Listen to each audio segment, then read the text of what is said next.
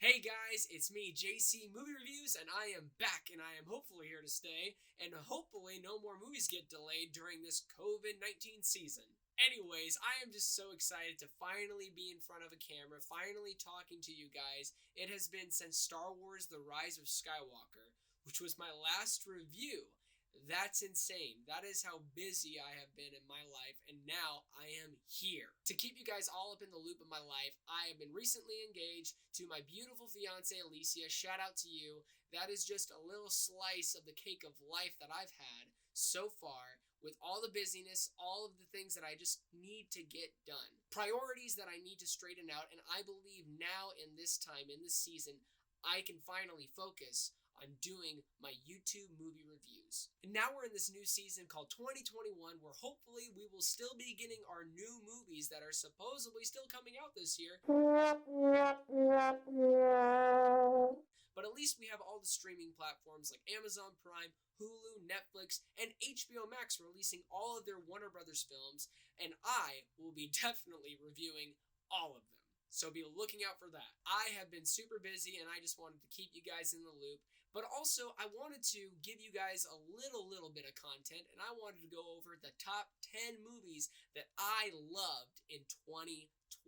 My honorable mention of 2020 is The Invisible Man, directed by Leigh Whannell. I love The Invisible Man. To keep it brief, it was one of the most intense horror thriller movies that I saw last year. It was so well edited with the Invisible Man sequences and how the main actress, how she had to compete with that.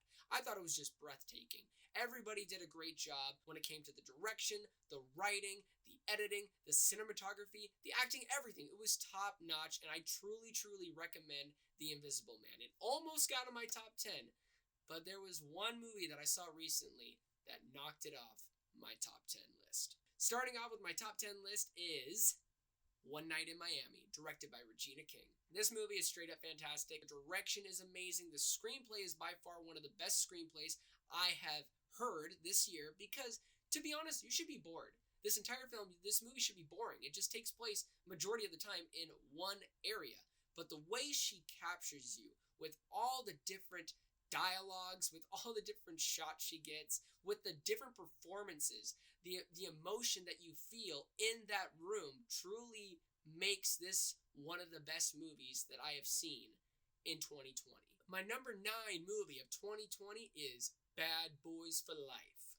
To be honest, this was one of the most surprising films for me because I didn't really care about the franchise. I actually watched Bad Boys 1 and Bad Boys 2 because I heard they were coming back.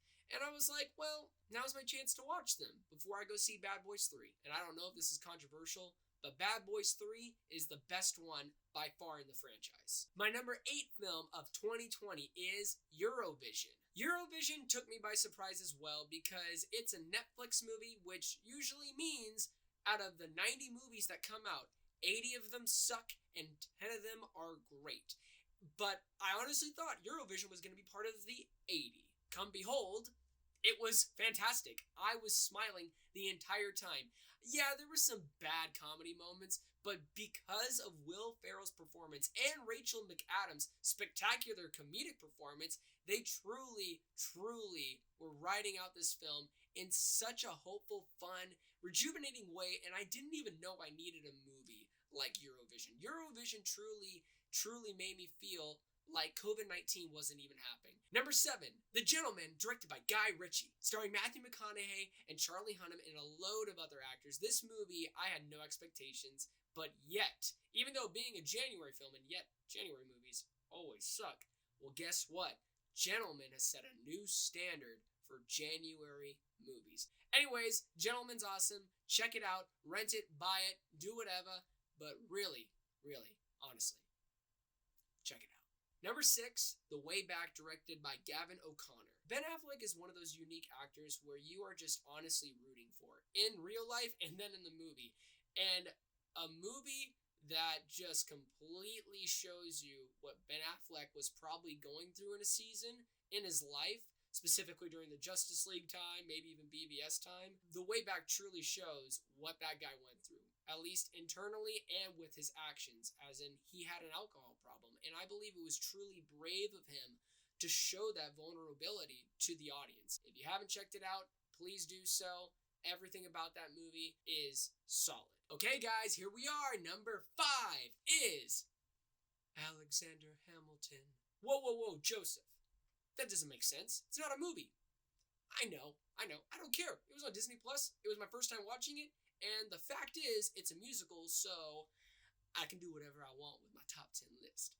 And at number 5 is Hamilton. At number 4 is Tenet by Christopher Nolan. Everything with inversion, everything with the idea of that, of the reality of how just time works in that world.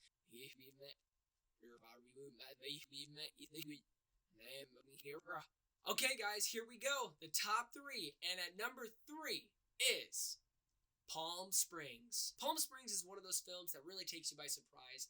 And I truly loved it. I was just laughing the entire time. I loved the chemistry between the two leads. Andy Samberg, you can never go wrong with Andy Samberg. I think it's one of the funniest films of 2020, and you should really check it out. It's on Hulu. Please, if you have nothing to do on a Monday, Tuesday, Wednesday, Thursday, Friday, Saturday, Sunday, any of those days, if you have nothing to do, watch Palm Springs, and I guarantee you will not be disappointed. At number 2, Sound of Metal, starring Riz Ahmed. This movie is about a man who's going deaf, and he happens to be a drummer. And what you only can imagine what that could do to a person. And you can never know what that's like until you are in that situation. And this movie is by far the closest depiction of feeling like you are in his shoes. And let me tell you, this movie takes you on that journey and doesn't let go. And what I love about this movie, and the final note on it, is that what this movie does, and it's truly amazing, is that even though it may seem like your life is over and it feels like there's no point in going on, this movie tells you, no, stop that. Stop thinking like that. There is a purpose. Keep on going. And I applaud the team that made this film. If you want to check it out, it is on Amazon Prime. It is a worth watch film. And now here we are. My number 1 most loved, most teary-eyed film for me this year is The Trial of Chicago 7. We live in an age where things need to change. And I truly think this film is the best movie of the year because it shows us a reality of not just what happened in our country, and it's super sad, it's tragic what happened, but it's also super tragic of what is happening today and what people are allowing to happen, to be a norm, to be a normal thing in our society, to treat people the way they should not be treated. They should be treated with love. And I believe this film is meant to show us the reality of what's going on and what we need to do to change. And that truly spoke to me, and I think you should check it out. It's by far my favorite movie of the year. It is on Netflix. It's directed by Aaron Sorkin, and he should get the Best Director of 2020. Also, Regina King. She could also get it as well. Either one of them, I am totally fine with Regina King or Aaron Sorkin. That happens, I am a happy dude. Well, guys, that was my top 10 list of 2020. Please let me know your thoughts. Did you agree with my list? Did you not agree with my list? Let me know what your list is. I want to have a discussion with people. Drop those in the comment section below. And please don't forget to like and subscribe and click that notification button just to let you know when I will be dropping a new video. So, anyways, guys, like I said before, I am so glad to be back. Crazy life journey, been a year, but now here I am. Look out for my new review, The Little Things, coming near the end of January or early February. Peace out.